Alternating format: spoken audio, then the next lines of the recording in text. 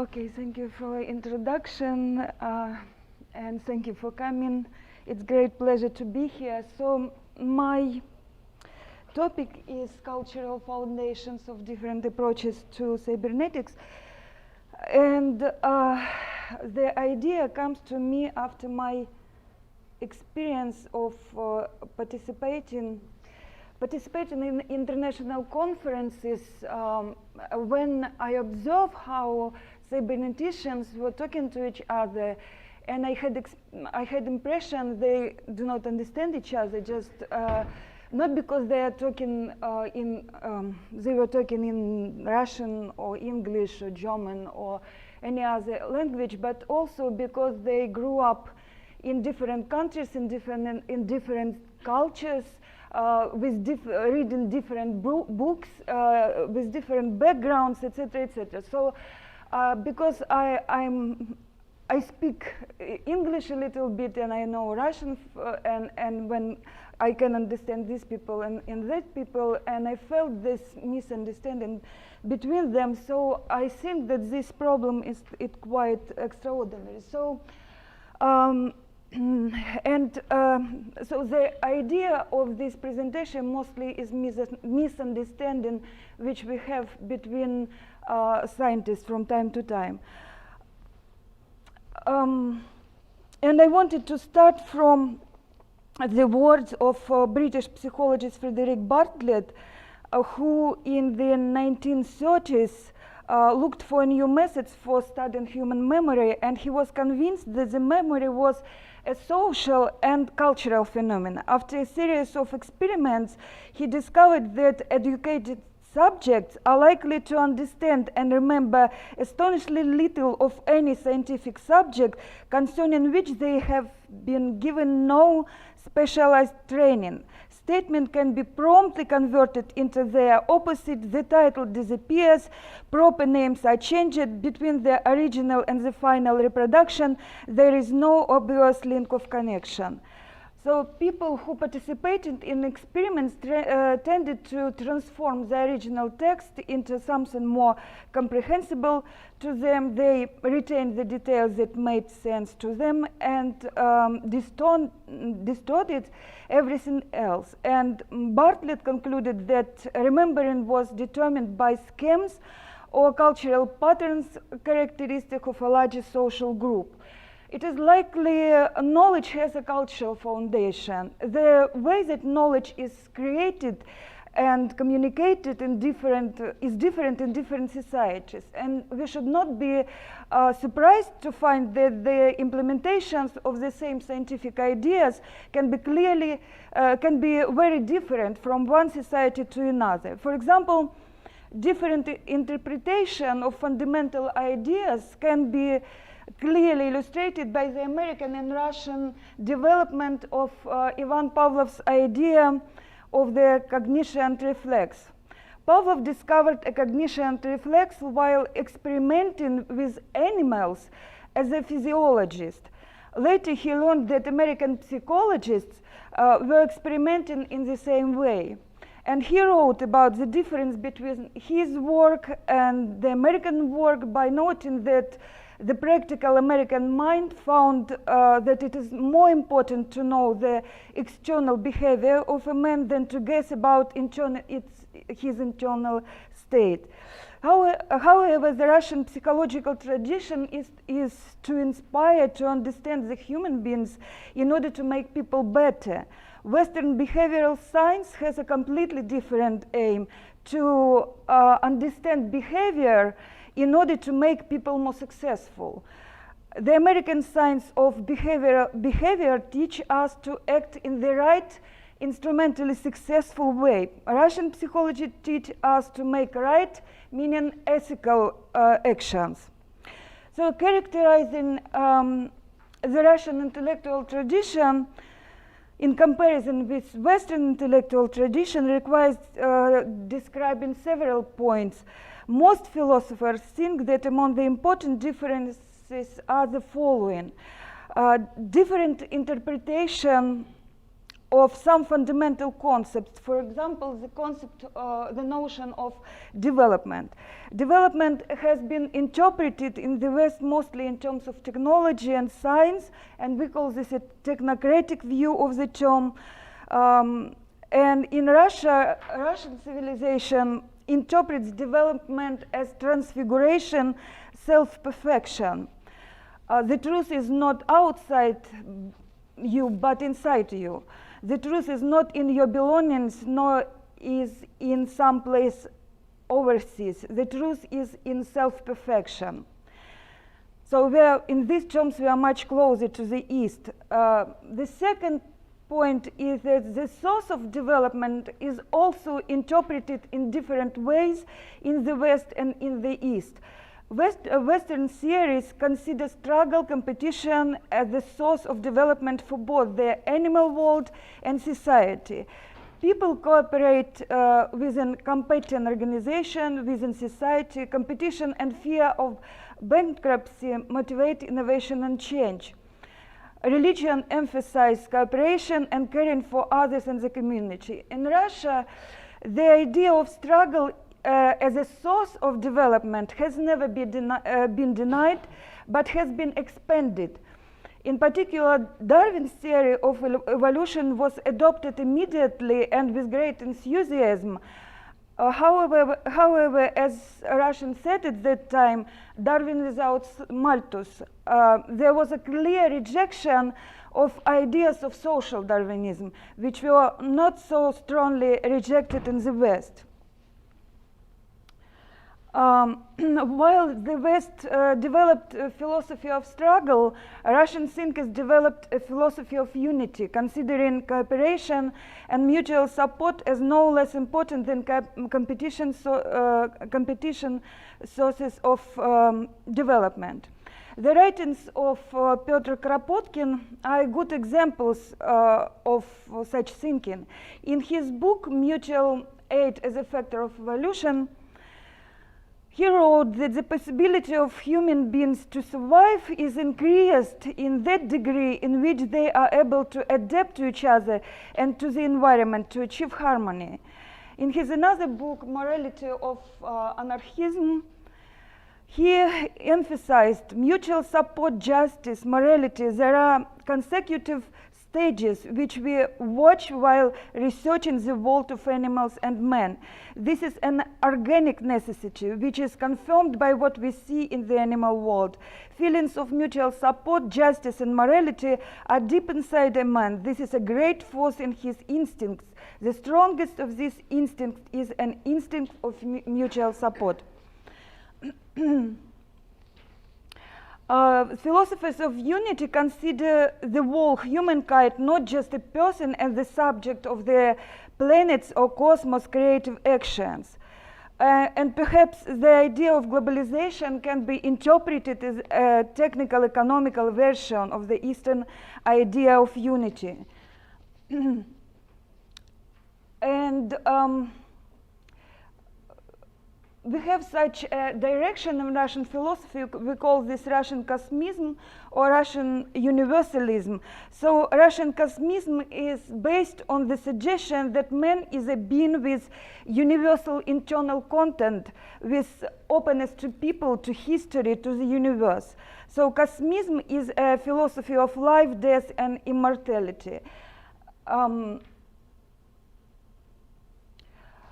And Nikolai Fedorov, who is the father of Russian cosmism, considered a technocratic view of the world is like temporary, and that this mainstream will not be like always mainstream of development. And I have to say that Russian cosmism is like roots of Russian cosmonautics. So Tsiolkovsky, for example, who is father of Russian cosmonautics, he considered Nikolai Fedorov and Russian cosmism with all these fantastic ideas as basis, as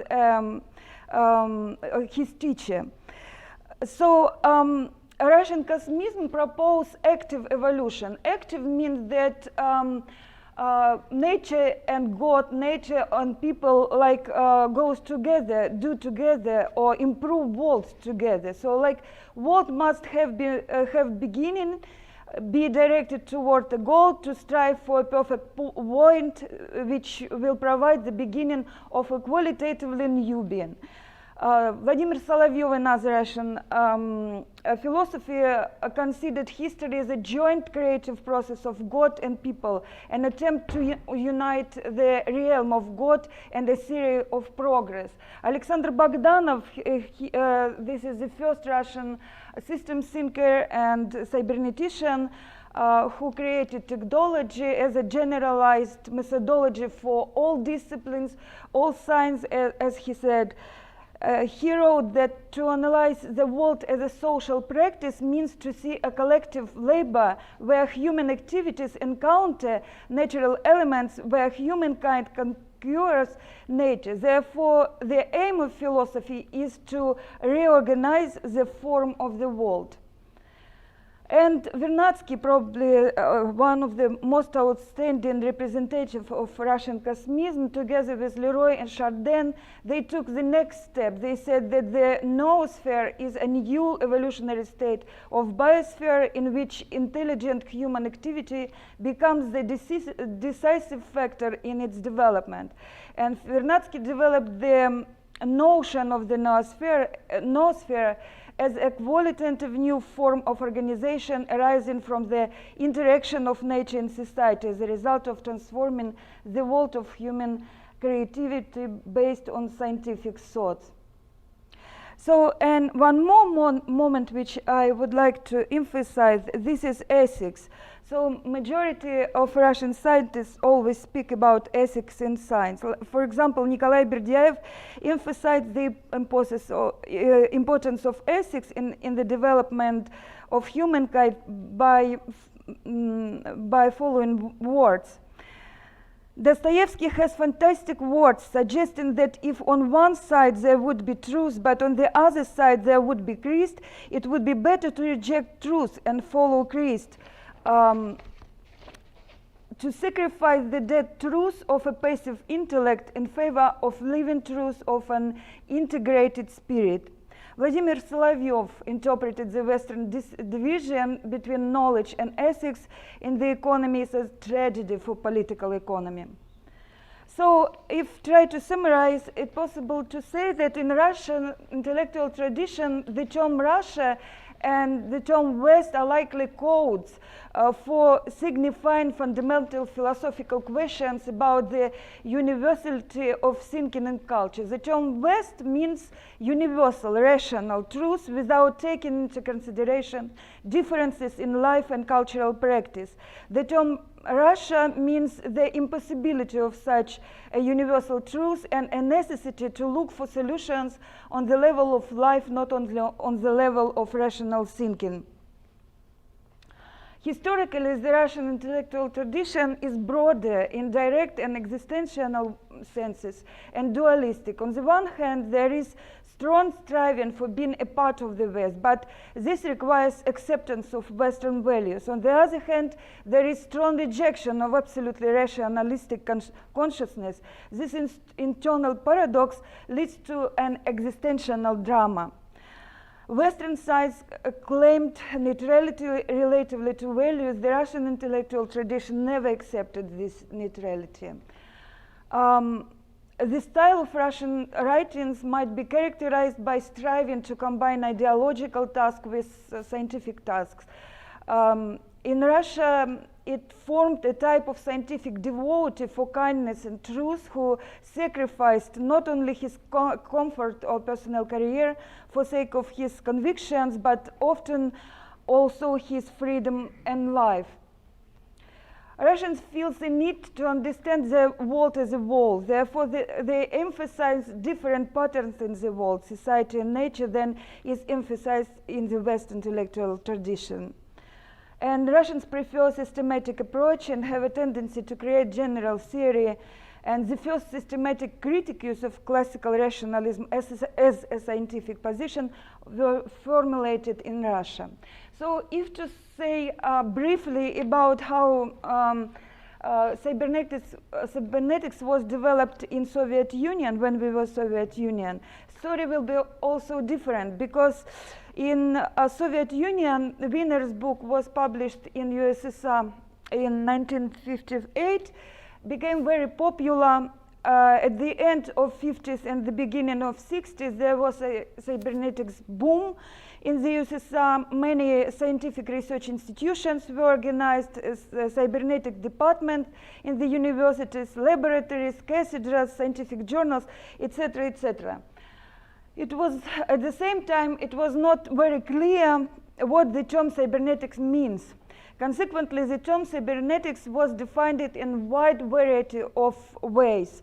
What was most commonly studied under the label of cybernetics was the boundary between technical and mathematical sciences, what is called theoretical computer science in the West. At Khrushchev time, there was anti-cybernetics campaign, and different scientists had different behavior at that time. Interpretations of cybernetics were very different also, from modish pseudoscience to romantic admiring cybernetics as a personifying of freedom, of something new, something that is very different from Soviet ideology. At the end of 60s, the academic city near Novosibirsk was a place where Soviet cybernetics was developed. There was an atmosphere of freedom there because it's deep in Siberia.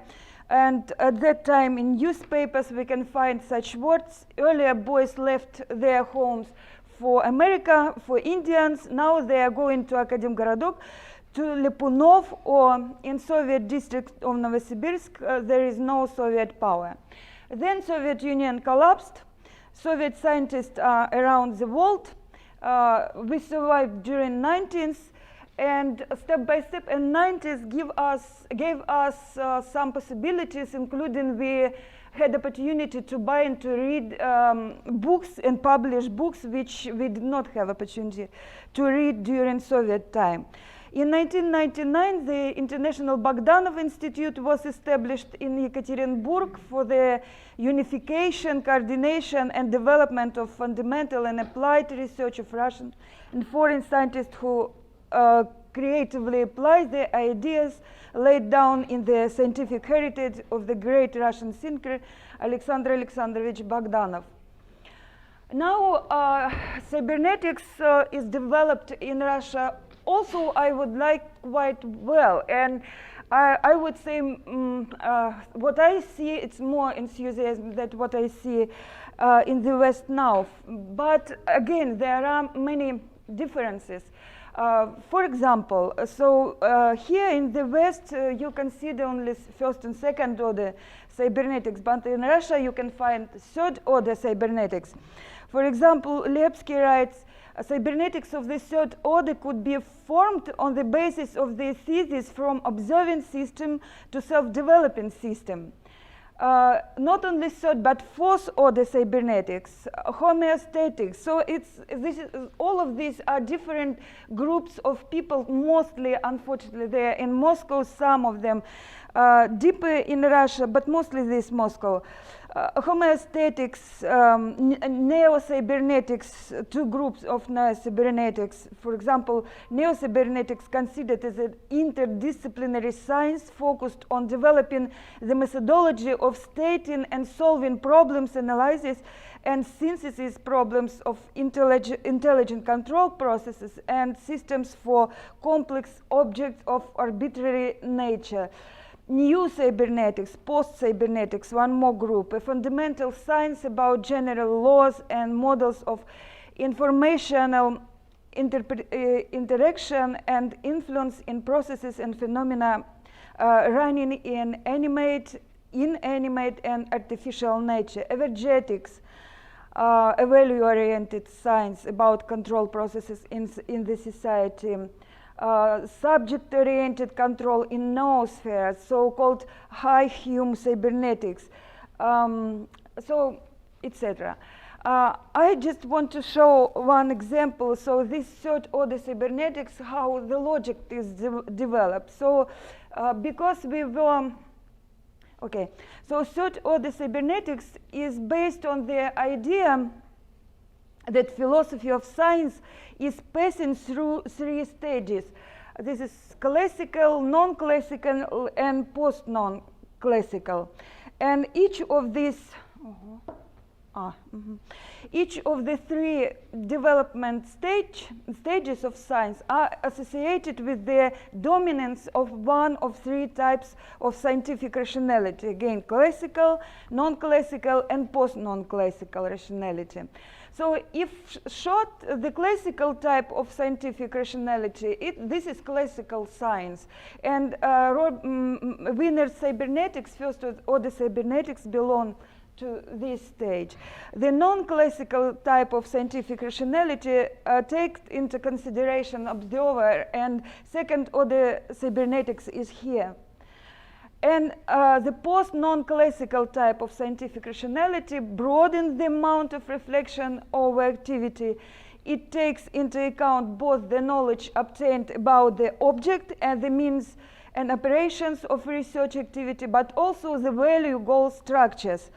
So here, the representative of this group explicate the connection between intra-science goals and social values and goals. What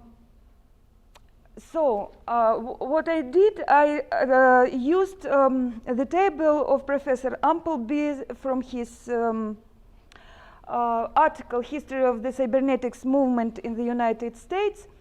So there is probably this famous table, and here I put some criteria here, and with this criteria he emphasized differences between engineering cybernetics, biological cybernetics, social cybernetics. And I used the same criteria in order to look at this 1, 2, 3 order cybernetics and receive some result. So, and to make some conclusion on this basis, I have to say briefly that the main differences between this series of Lepsky, so third order cybernetics, and Ampleby are following. The American vision of second order cybernetics includes the biological and social versions.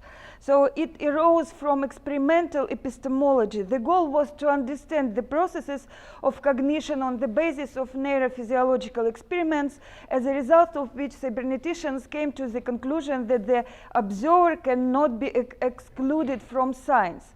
The development of cybernetics takes place within the framework of paradigms of classical and non-classical rationality. The Russian vision of the second order cybernetic excludes from consideration the biological version.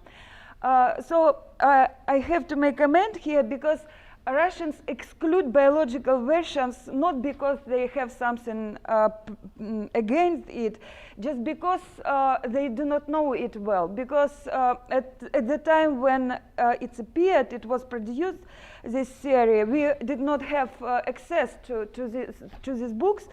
And majority of Russian scientists who is in their 70s and older, they do not know English. So, and they were developing their ideas like separately from the Western scientific community. So, and now, as I know, they read, I mean, younger generation read all this stuff. And I think that we will see how they will work with it. But right now, we can say that second Russian version of second order cybernetic exclude the biological version, and in fact reducing second order cybernetic to the cybernetics of the individual subject, observer, and indirectly its values through the choice of methods and means of studying the object. In contrast to the third order cybernetics concept, which focus attention on the social, they call this meta subject, on the social values. So like they, yes, okay. They like separate these things. Third order cybernetics arose from social experiment and epistemology. I think this is also very understandable, because we came through our social and economic history is very complicated, and we came through 70 years of social experiment, and we cannot just forget about this. So, and I think it's one reason why we have this version of third-order cybernetics, which paid a lot of attention to social topic. And the goal to understand the process of social cognitions on the basis of social experiments, we had this dimension that has tended to be neglected is the characteristic of the society. Social science theories are created, at least in part, as a way of changing or influencing the evolution of social systems. Western scholars do not consider third-order cybernetics to be necessary, since the inclusion of an observer in the field of science, from their point of view, solves the problem of including social values and goals into considerations. And it seems like Kalepsky's theory of the third-order cybernetics develops in the directions of typically Russian ideas like noosphere, collective consciousness, coevolution, etc., etc. So it's not only social cybernetics, but cybernetics of environments. So I think that I was able to give this idea about differences which we have between development of cybernetics in Russia and in the West. The different descriptions of cybernetics demonstrate the great potential for ideas from Russian and Western scientists to enrich the further development of cybernetics and science in East and the West. And such cooperation is increasing, fortunately. In September 2020, the Institute of Philosophy of the Russian Academy of Sciences plans to host the Congress of the World Organizations for Systems and Cybernetics, and so everyone is very welcome. Thank you very much.